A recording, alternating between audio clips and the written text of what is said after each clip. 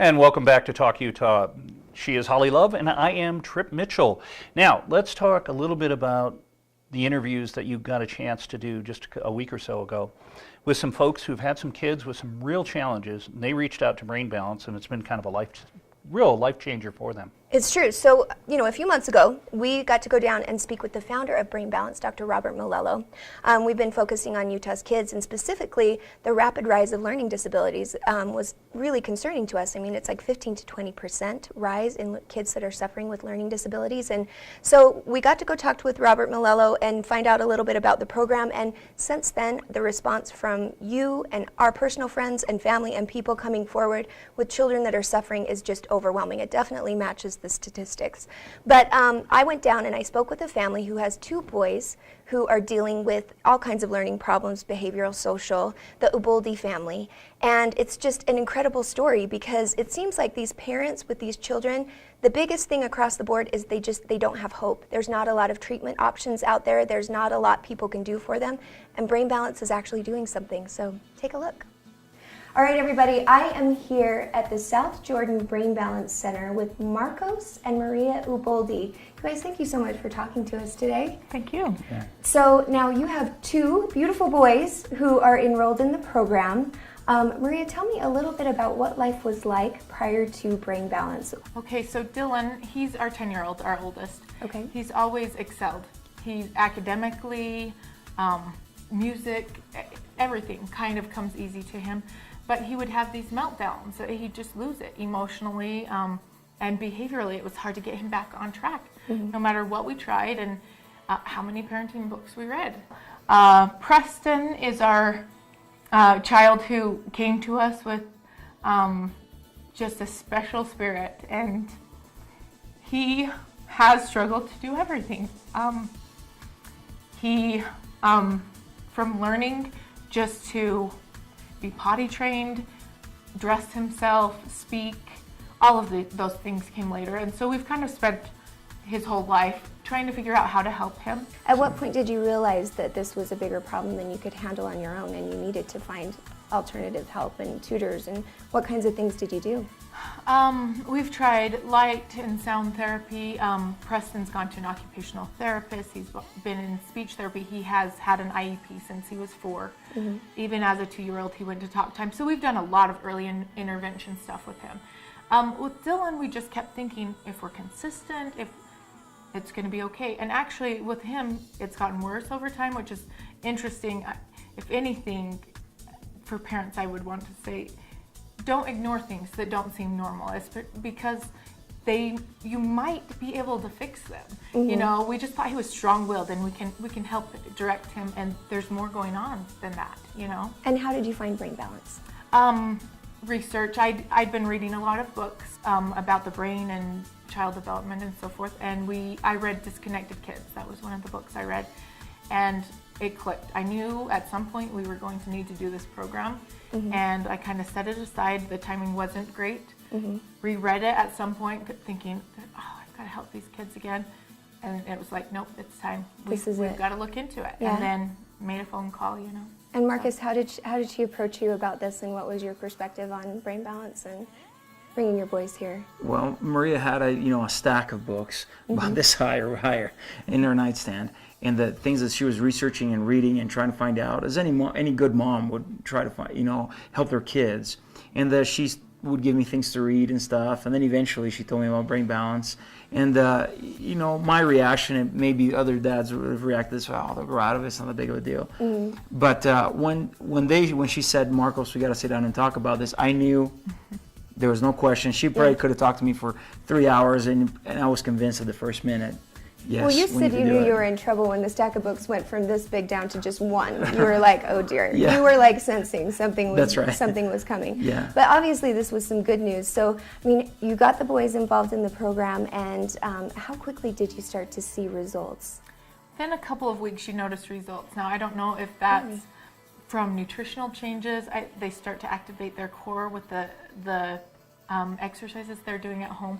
But there's definitely some improvements we saw within a couple of weeks. And even grandparents noticed Preston's verbal communication. He's telling a whole story.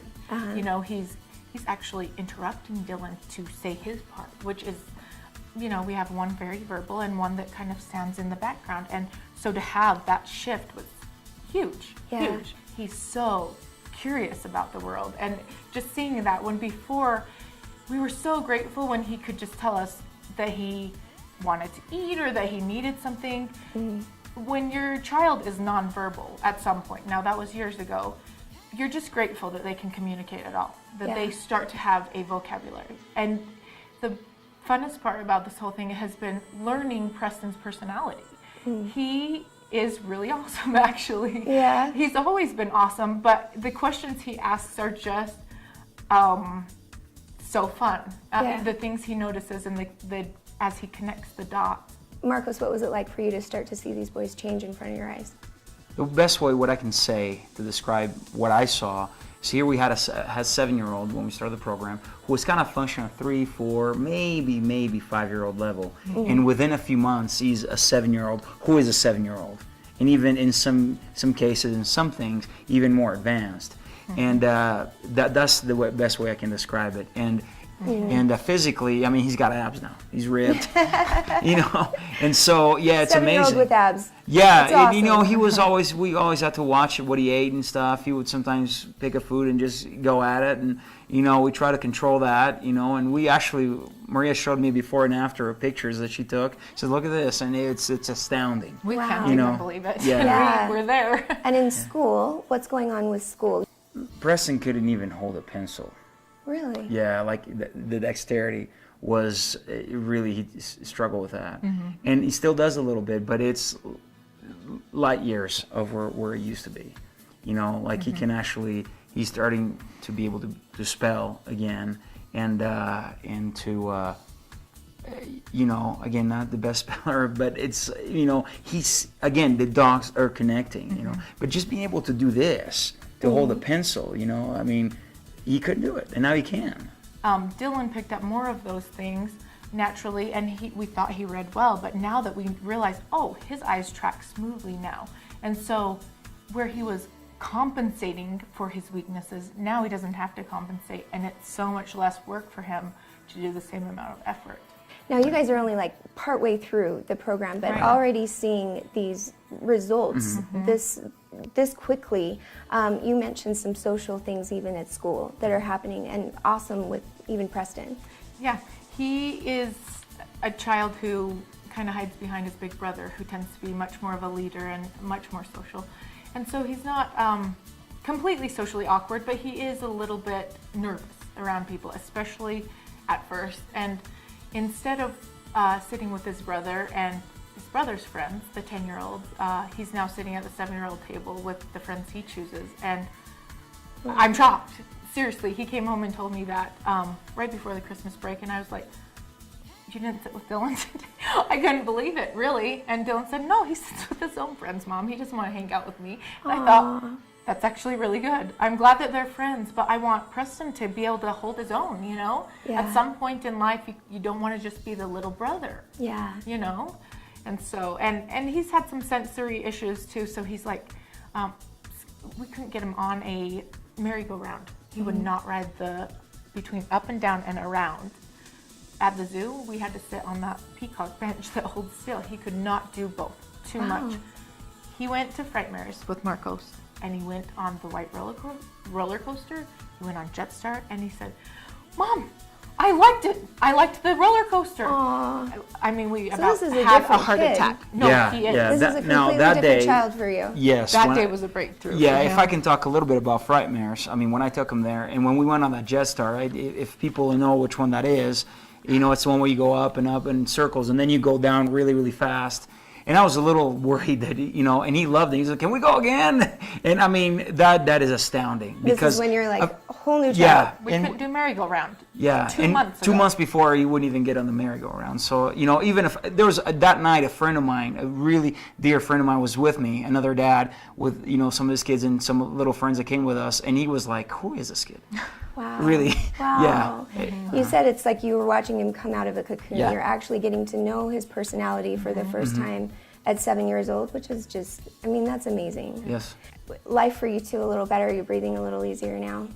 Yeah, I'd say for me what it does, okay, it doesn't mean easy because you have to be willing to commit to the work with anything good in life, really. But for me, what it brought was hope. And when you're a parent and you feel like, wow, why was I given this child with all of these difficulties to have hope that he can have this amazing future is so huge. You can't buy that. Yeah. You can't.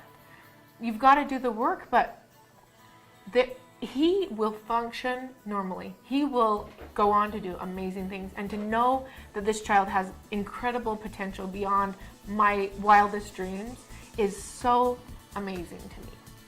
I mean, what more can you ask for, yeah? Exactly. Right? Well, I would absolutely love to meet the kids. Thank you so much for talking to me, but don't go anywhere. Let's bring on the boys, yeah? All right. Yeah. let's All do it. right. All right, we have Dylan, Preston, and Marissa here. Thanks so much for coming in to talk to us, you guys. So, Dylan, you are 10 years old, yes? Yeah. And tell me, what was it like before Brain Balance? What kinds of things were you struggling with at school or at home? I was struggling with my attitude a lot, and my skills at schoolwork weren't as good as they were, but I'm doing much better now. Do you have a favorite subject now that maybe you didn't like so much before?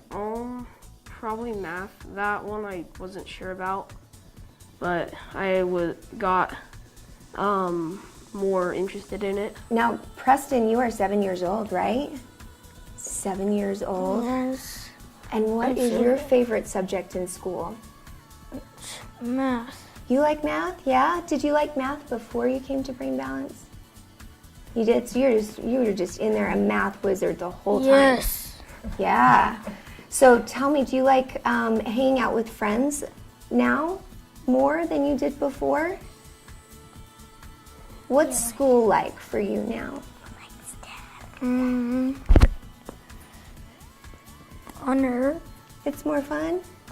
That's awesome. So do you hang out with Dylan at school? Sometimes. Sometimes. Also, Easton. Easton's your friend, huh? He'll hang out with his friends. Yeah? Marcos, have you seen a change in the mornings and the routine and how your day goes? Yeah, obviously doing exercises, we do it 3 times a day, so I go to the gym early, and when I come home, I do exercises with him right first thing in the We morning. got to keep up because Preston has a six-pack. That's right, yeah, I can have Yeah. I can have a fitter kid than me. But so I'm coming to them, and then they have breakfast and they get going, and then they do it in the afternoon with me, and then when I'm back home, usually in the evenings, I do it again.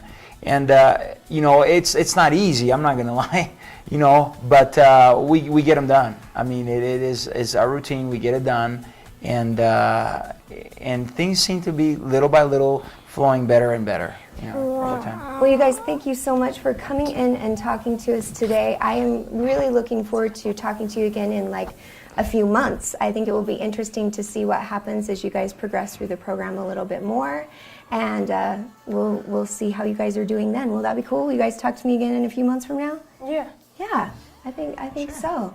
All right, thanks for coming Thank you. in. Thank you. Well, Holly, you did a great job there. That had to be gut-wrenching talking to a family like that. We were all crying, the entire crew. We had Aaliyah, I think Chris was a little, maybe not totally crying, but it was, it's so heartfelt to hear them go through what they had to go through with their son, and then to actually see little Preston.